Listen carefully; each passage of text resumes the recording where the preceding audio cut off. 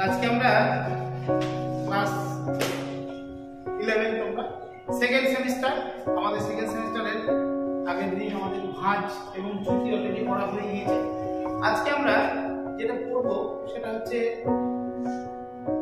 Soil farming process, অর্থাৎ মাটি, যাকে আমরা বলি মাটি, সেই মাটিটা কিভাবে সৃষ্টি হয় বা মাটি সৃষ্টির প্রসেস বা প্রক্রিয়াগুলো কি জিনিস। তার আগে আমি একটুখানি বলবো তোমাদের যে মাটি আসলে কি। আমি একটা তোমাদের পৃথিবী, এটা হচ্ছে একটা 3D মডেল। এই মডেলে পৃথিবীর অভ্যন্তর ভাগের গঠনগুলো সব দেখানো আছে। ভিতরের দিকে সব পরপর স্তর রয়েছে। এই স্তরটা তোমরা নিশ্চয়ই আগে দেখেছো। এটাকে আমরা কি বলি? শিলামণ্ডল, আর্থ ক্রাস্ট। এই আর্থ ক্রাস্ট বা শিলামণ্ডল যেটাকে আমরা বলি, যে শিলামণ্ডলের প্রধান উপাদান হচ্ছে বিভিন্ন রকমের শিলা, তাই তো আমরা জানি এটা। তাহলে যেটাকে আমরা বলি শিলা, সেই শিলাকে কি আমরা মাটি বলতে পারবো? উত্তর হচ্ছে যে না, আমরা মাটি বলতে পারবো। তাহলে মাটি আসলে কি জিনিস আমরা একটু আসবো, একটু মাটি ডেফিনেশন। যে মাটি বলতে আমরা কি বুঝি? মাটি হচ্ছে ভূপৃষ্ঠের উপরে যে শক্ত আবরণ স্তর থাকে, যেটাকে আমরা বলি লিথোস্ফিয়ার বা শিলামণ্ডল। সেই শিলামণ্ডল বিভিন্ন রকম প্রক্রিয়ায়, বিশেষত বহির্জাত বিভিন্ন প্রক্রিয়া, যে প্রক্রিয়াগুলো ভূপৃষ্ঠের উপরে শক্ত শিলাস্তরকে চূর্ণ বিচূর্ণ করে এবং চূর্ণ বিচূর্ণের মধ্য দিয়ে দীর্ঘদিন ধরে বিভিন্ন প্রক্রিয়ার মধ্য দিয়ে অনেক বছর সময় লাগে ভূপৃষ্ঠের উপরে অ্যাট প্রেজেন্ট টাইম আমরা যে মাটি দেখতে পাই, সেই মাটি, বুঝতে পেরেছ? অর্থাৎ এই মাটি কিন্তু একদিনে সৃষ্টি হয় না, এটা সৃষ্টি হতে কয়েকশো বছর সময় লেগে যায়। আমাদের চোখের সামনে দৃশ্যমান যে মাটির স্তর আমরা দেখতে পাই, সেগুলো কয়েকশো বছরের প্রসেস বা প্রক্রিয়ার ফলাফল। মাটি হলো ভূপৃষ্ঠের উপরে এমন একটা পাতলা আবরণ স্তর, যেখানে বিভিন্ন উদ্ভিদ জগৎ জন্মগ্রহণ করে, জন্মায়। সেখান থেকে তারা কি পায়? বিভিন্ন রকম নিউট্রিয়েন্ট বা পুষ্টিমূল্য পায়, আস্তে আস্তে বড় হয়। সেই পাতলা আবরণ স্তরকে আমরা ভূগোলের ভাষায় বলি মাটি। এই মাটি নিয়ে যে আলোচনা, আমরা সয়েল জিওগ্রাফিতে মাটির বিভিন্ন বিষয়গুলো খুব ভালো করে জানতে পারি। আজকে আমি যেটা আলোচনা করবো সয়েল ফার্মিং প্রসেস, অর্থাৎ মাটি গঠনকারী বিভিন্ন প্রক্রিয়া। এখানে আমরা এই প্রক্রিয়াকে মেনলি দুটো ভাগে ভাগ করব। কটা ভাগ বলছি? দুটো ভাগ। কি কি ভাগ? নাম্বার 1 হচ্ছে প্রাথমিক বা মৌলিক কিছু প্রক্রিয়া, যেটাকে আমরা ইংলিশে বলি ফান্ডামেন্টাল প্রসেস। কি বলি আমরা?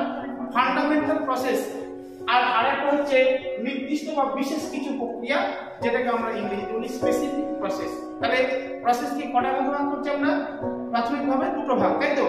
একটা হচ্ছে প্রাথমিক বা মৌলিক প্রক্রিয়া, আর একটা হচ্ছে তোমার নির্দিষ্ট বা বিশেষ প্রক্রিয়া। আমরা প্রাথমিক বা মৌলিক প্রক্রিয়ায় দুটো জিনিস দেখতে পাই। একটা হচ্ছে আবহবিকার, যেটা আমরা জানি যে আবহবিকার হচ্ছে আমাদের আবহাওয়ার বিভিন্ন উপাদানগুলো রয়েছে, যে উপাদানগুলো ভূপৃষ্ঠের উপরে প্রতিনিয়ত কাজ করে। কি কি আবহাওয়ার উপাদান? বৃষ্টিপাত, বায়ু প্রবাহ, তাই তো, সূর্যের তাপ। এই বিভিন্ন প্রক্রিয়াগুলো ভূপৃষ্ঠের উপরে শিলাস্তরকে চূর্ণ বিচূর্ণ করে। এটা হচ্ছে আবহবিকারের মূলত 3টে প্রসেস আছে। সেই প্রসেসগুলো আমরা কম বেশি আগে শিখেছি, ক্লাস 10 আমরা পড়েছি। অর্থাৎ আবহবিকারের বিভিন্ন প্রক্রিয়া, যেগুলো শিলাকে চূর্ণ বিচূর্ণ করে এবং চূর্ণ বিচূর্ণ করে সেটা মাটি সৃষ্টির যেটা প্রাথমিক উপাদান, যাকে আমরা ভূগোলের ভাষায় বলি রেগোলিথ। অর্থাৎ আবহবিকার প্রসেসটা আমাদের রেগোলিথ গঠন প্রক্রিয়া করতে সাহায্য করে। আমি বোঝাতে পারলাম? রেগোলিথ হচ্ছে মাটি সৃষ্টির প্রাথমিক উপাদান, অর্থাৎ শিলা চূর্ণ বিচূর্ণ হয়ে মাটি সৃষ্টির জন্য প্রিলিমিনারি স্টেজে ও প্রস্তুত হচ্ছে মাটি সৃষ্টি হওয়ার জন্য। বুঝতে পারলাম? এইবার আমরা দেখব মাটি কতগুলো পরিলেখ বা প্রস্থচ্ছেদ দেখতে পাই। আমি তার আগে একটু তোমাদের বলবো পরিলেখ বা মাটির স্তর নিয়ে দু একটা কথা বলে নিই, তাহলে তোমরা বুঝতে পারবে। তোমরা নিশ্চয়ই জানো যে ভূপৃষ্ঠের উপর থেকে নিচ পর্যন্ত যদি আমরা কোনো পাহাড়ের পাশের অংশ বা এমন একটা অংশকে যদি আমরা খুঁড়ি, তাহলে তার পাশ থেকে সেই প্রস্থচ্ছেদটা কেমন দেখতে পাবো, সেখানে কতগুলো স্তর দেখতে পাবো। বুঝতে পারছি, মাটির কতগুলো স্তর দেখতে পাবো। ওই বিভিন্ন স্তরকে আমরা কি বলি, মাটির স্তর। আর স্তরগুলোকে, অনেকগুলো স্তর যখন একসঙ্গে অবস্থান করে তখন তাকে আমরা ইংরেজিতে আমরা বলি প্রোফাইল। কি বলি আমরা? প্রোফাইল। তোমরা কি করে এটা বুঝবে? তোমাদেরকে আমি বলি, দেখবে কিছু টিফিন কন্টেনার আমরা ব্যবহার করি, যে টিফিন কন্টেনারগুলো দেখবে একসঙ্গে 4টে বা 5টা থাক থাকে, 1 নম্বর থাক, 2 নম্বর থাক, 3 নম্বর থাক, 4 নম্বর থাক, 5 নম্বর থাক, এরকম মানে 4টে বা 5টা অনেকগুলো থাক থাকে। ওই এক একটা থাককে আমরা যদি স্তর বলি মাটি, তাহলে 1টা 2টো 3টে 4টে 5টা এরকম অনেকগুলো স্তর মিলে একসঙ্গে কি তৈরি করলো? প্রোফাইল বা পরিলেখ। কি বলছি, কি তৈরি করলো? প্রোফাইল বা পরিলেখ। তাহলে মাটির পরিলেখ সম্পর্কে তোমাদের একটা ধারণা হলো। তাহলে মাটির এই পরিলেখ তৈরি হওয়ার জন্য মোটামুটি ভাবে কতগুলো জিনিস বা বিশেষ প্রক্রিয়া কার্যকরী হয়। নাম্বার 1 কে আমরা বলি সংযোজন। সংযোজন হচ্ছে ইংরেজি টার্ম হচ্ছে অ্যাডিশন। অর্থাৎ মাটির মধ্যে, অর্থাৎ যেটাকে আমরা বলি রেগোলিথ, সেই রেগোলিথের মধ্যে জল যুক্ত হয়ে মাটি সৃষ্টির প্রক্রিয়াকে ত্বরান্বিত করছে। এই প্রক্রিয়াটাকে আমরা বলি সংযোজন। নাম্বার 2 হচ্ছে অপসারণ। অপসারণটা কি? যে জলটা যুক্ত হয়েছিল সেই জলটা আবার বাষ্পীভবন প্রক্রিয়ায় বেরিয়ে যাচ্ছে। বুঝতে পারলে? তাহলে সংযোজন যখন হয়েছিল, আবার আরেকটা বিশেষ প্রক্রিয়াকে আমরা কি বলছি? অপসারণ। বুঝতে পেরেছ? আর আরেকটা প্রক্রিয়াকে আমরা বলছি রূপান্তর। রূপান্তর মিন্স একটা বিশেষ রূপ থেকে অন্য রূপে কনভার্ট হচ্ছে। সেই রূপান্তরে আমরা দুটো বিশেষ জিনিস দেখতে পাই। নাম্বার 1 হচ্ছে হিউমিফিকেশন, আর নাম্বার 2 হচ্ছে খনিজকরণ। ওটাকে আমরা ইংরেজি বলি মিনারেলাইজেশন। তাহলে হিউমিফিকেশন হচ্ছে কি? মাটির উপরে যে জৈব পদার্থগুলো যুক্ত হয়, সেই জৈব পদার্থ যুক্ত হওয়ার প্রসেসকে আমরা বলি, বা জৈব পদার্থগুলোকে আমরা বলি হিউমাস। আর হিউমাস সৃষ্টির প্রক্রিয়াকে আমরা বলি humification.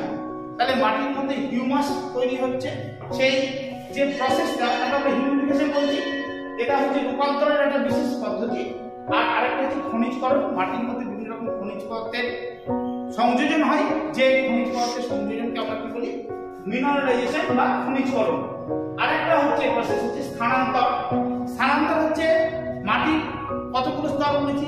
A B C D বা O উপরে একদম স্তর থাকে।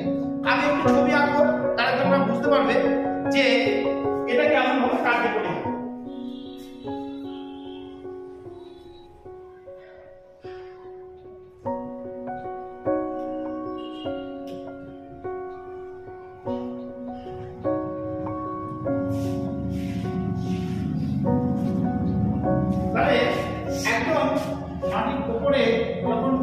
জল পড়ে একদম উপরের স্তর, যেটাকে আমরা বলি এ স্তর। এ স্তরে বিভিন্ন খনিজ পদার্থ থাকে, বিভিন্ন জৈব পদার্থ থাকে। এই এ স্তর থেকে খনিজ পদার্থ বা জৈব পদার্থগুলো আস্তে আস্তে কোথায় চলে আসে? বি স্তরে চলে আসে। তাহলে এ স্তর থেকে জিনিসগুলো চলে আসছে কোথায়? বি স্তর। এই এ স্তর থেকে বি স্তরে আসার প্রক্রিয়াকে আমরা কি বলি? এলুভিয়েশন। কি বলি প্রসেসটা? এলুভিয়েশন। আর যে পদার্থগুলো এ স্তরে ছিল সেগুলো তো চলে আসছে, সে এসে কোথায় জমা করবে? সে বি স্তরে এসে আবার এগুলো জমা করবে। তাহলে এ স্তরে থাকা জিনিসগুলো আস্তে আস্তে আসছে কোথায়? বি স্তরে। বি স্তরে জমা হওয়া প্রক্রিয়াকে আমরা বলি ইলুভিয়েশন। বুঝতে পারলাম? এটাকে আমরা বলি সঞ্চয়ন স্তর, সঞ্চয়ন প্রক্রিয়া। ইলুভিয়েশন হচ্ছে সঞ্চয়ন প্রক্রিয়া, আর ইলুভিয়েশন হচ্ছে অপসারণ প্রক্রিয়া। অর্থাৎ কি হচ্ছে? আমরা কি দেখতে পাচ্ছি যে একটা স্তর থেকে বিভিন্ন খনিজ পদার্থ যেগুলো এই স্তরে ছিল সেগুলো আর এই স্তরে থাকলো না। কি কারণের জন্য থাকলো না? কারণ বৃষ্টির জল ওখানে মাটির উপর স্তর থেকে যখন আস্তে আস্তে নিচের দিকে নামছে, তখন ওই বৃষ্টির জলের সঙ্গে বিভিন্ন খনিজ পদার্থগুলো ওর সঙ্গে ডিসলভ হয়ে আস্তে আস্তে বিস্তরে এসে জমা হচ্ছে। এই জমা হওয়ার প্রক্রিয়াটাকে আমরা বলছি ইলুভিয়েশন বা সঞ্চয়ন স্তর, সঞ্চয়ন প্রক্রিয়া। আর যখন এই স্তর থেকে ওটা চলে আসছে নিচের দিকে, ওই আসার প্রক্রিয়াকে আমরা বলছি এলুভিয়েশন, ওটা অপসারণ প্রক্রিয়া। বুঝতে পেরেছি? তাহলে এই অবধি এই প্রসেসটুকু আমরা কমপ্লিট করলাম। এছাড়াও মাটি সৃষ্টির ক্ষেত্রে আর নির্দিষ্ট বা কিছু বিশেষ প্রক্রিয়া কার্যকরী। নির্দিষ্ট বিশেষ কেন বলছি আমরা? এগুলো জলবায়ু ভেদে বা অঞ্চল ভেদে এক একটা জায়গায় এক এক রকম ভাবে ক্রিয়াশীল। তাই এই প্রসেসটার নাম আমরা কি বলছি? নির্দিষ্ট বা বিশেষ প্রক্রিয়া। এখানে অনেকগুলো প্রক্রিয়া আছে। নাম্বার 1 পর্যায়রাইজেশন। পর্যায়রাইজেশন সাধারণভাবে আমরা সেই জলবায়ুতে দেখতে পাই যেখানে শীতল এবং আর্দ্র জলবায়ু। এই শীতল বা আর্দ্র জলবায়ুতে সাধারণভাবে ওই জলবায়ু অঞ্চলগুলোতে আমরা মাটির উপরের স্তর থেকে দুরকম মাটির উপরের স্তরে বিভিন্ন রকম খনিজ লবণ থাকে, বিভিন্ন রকম পদার্থ থাকে। সেখান থেকে যখন সাধারণভাবে মাটির উপরের স্তরে সিলিকা জাতীয় পদার্থের প্রাধান্য বেশি থাকে, অর্থাৎ মাটির উপরের স্তরে কি থাকছে, সিলিকার প্রাধান্য থাকছে বেশি, এবং লৌহ অক্সাইড যেটাকে আমরা বলি সিএসপি অক্সাইড, সেই লৌহ অক্সাইডটা মাটির বিস্তরে চলে আসে। তাহলে মাটির উপরের স্তরে কি থাকলো, সিলিকার প্রাধান্য থাকলো বেশি। এই সিলিকার প্রাধান্যযুক্ত মাটিতে আমরা কি পর্যায় মাটি, আর এই মাটি সৃষ্টির প্রক্রিয়াটাকে আমরা বলি পর্যায়রাইজেশন। আমি কি বোঝাতে পেরেছি তোমাদের? মাটি সৃষ্টির প্রক্রিয়াটা কি পর্যায়রাইজেশন। কোথায় দেখতে পাবো আমরা? সাধারণভাবে শীতল এবং আর্দ্র জলবায়ুতে এই প্রক্রিয়াটা ক্রিয়াশীল। এছাড়া ঠিক এই পর্যায়রাইজেশনের বিপরীত আরেকটা প্রক্রিয়া হচ্ছে ল্যাটেরাইজেশন, অর্থাৎ যেটাকে পর্যায়রাইজেশন বলছি তার ঠিক অপোজিট প্রসেস। কেমন অপোজিট প্রসেস? তাহলে শীতল আর্দ্র জলবায়ুতে পর্যায়রাইজেশন দেখেছি, আর আমরা কোথায় দেখব? উষ্ণ আর্দ্র ক্রান্তীয় জলবায়ু অঞ্চলে আমরা ল্যাটেরাইজেশন প্রসেস দেখব। এখানে কি দেখব? এখানে মাটির উপরের স্তরে তাহলে কি থাকবে, সিএসপি অক্সাইড বা আয়রন সমৃদ্ধ পদার্থগুলো থাকবে, আর মাটির বীজতলে চলে আসবে সিলিকা জাতীয় পদার্থ। বুঝতে পারলাম? তাহলে আমরা পর্যায়রাইজেশন প্রসেসে উপরে কি ছিল, সিলিকার প্রাধান্য বেশি ছিল, আর এখানে ল্যাটেরাইজেশন প্রসেসে উপরে কি থাকবে, উপরে থাকবে তোমার লৌহ অক্সাইডের প্রাধান্য থাকবে বেশি, আর সিলিকন অক্সাইডটা চলে আসবে মাটির বীজতলে। এই প্রসেসের ফলে যে মাটি সৃষ্টি হয় তাকে আমরা বলি ল্যাটেরাইট মাটি, আর এই পদ্ধতিটার নাম কি হচ্ছে, ল্যাটেরাইজেশন। বুঝতে পেরেছো? তোমরা বুঝতে পেরেছো এটা আমরা কি বলছি, ল্যাটেরাইজেশন। এছাড়া আরো অনেকগুলো প্রক্রিয়া আছে। এক হচ্ছে গ্লেজিয়েশন, যেটা সাধারণভাবে নিম্ন বা তোমার হচ্ছে নিচু জায়গাগুলোতে জলের, যেখানে জল জমে থাকে সেই সমস্ত অঞ্চলে গ্লেজিয়েশন প্রসেসটা বেশি ক্রিয়াশীল। আর আরেকটা প্রসেস হচ্ছে ক্যালসিফিকেশন, এটা আর্দ্র পেইনি জলবায়ু অঞ্চলে আমরা মাটির মধ্যে যখন ক্যালসিয়ামের প্রাধান্য বেশি দেখতে পাই তখন সেই প্রসেসকে আমরা বলি ক্যালসিফিকেশন। আর শুষ্ক বা প্রায় শুষ্ক জলবায়ুতে স্যালিনাইজেশন প্রসেস বেশি ক্রিয়াশীল। এই প্রক্রিয়াতে তোমার হচ্ছে স্যালিনাইজেশন প্রসেসে আমরা শুষ্ক এবং আর্দ্র শুষ্ক জলবায়ু অঞ্চলে বেশি দেখতে পাই। আর অ্যালকালাইজেশন প্রসেসটা হচ্ছে সেটাও কিন্তু ওই একই রকম জলবায়ুতে দেখতে পাবো, শুষ্ক বা প্রায় শুষ্ক জলবায়ুতে। এবং অ্যালকালাইজেশন প্রসেসে সোলোনেজ মাটি সৃষ্টি হয়েছে। কোন মাটি বলছি? সোলোনেজ মাটি সৃষ্টি হয়েছে। তাহলে দেখো আমরা মাটি সৃষ্টির প্রক্রিয়াগুলোকে আমরা বুঝতে পারলাম। তাহলে কি কি প্রসেস করলাম আমরা? একটা মৌলিক বা প্রাথমিক প্রক্রিয়া, আর একটা নির্দিষ্ট বা বিশেষ প্রক্রিয়া। তাহলে তোমরা এই প্রক্রিয়াগুলোকে আরেকবার বই থেকে ভালো করে দেখে নিও। যদি কারো কোনো অসুবিধা হয় আমাকে বলবে, আমি পরের দিন তারপরে আরেকবার ব্যাপারটা বুঝিয়ে দেবো। তাহলে আজকের ক্লাসটা আমরা এখানে শেষ করছি, পরের দিন আবার অন্য জিনিস, ঠিক আছে? এটা পড়ে রেখো, আর পরের দিন আবার এটাকে যদি সমস্যা হয় বোঝাবো, ঠিক আছে? স্টপ।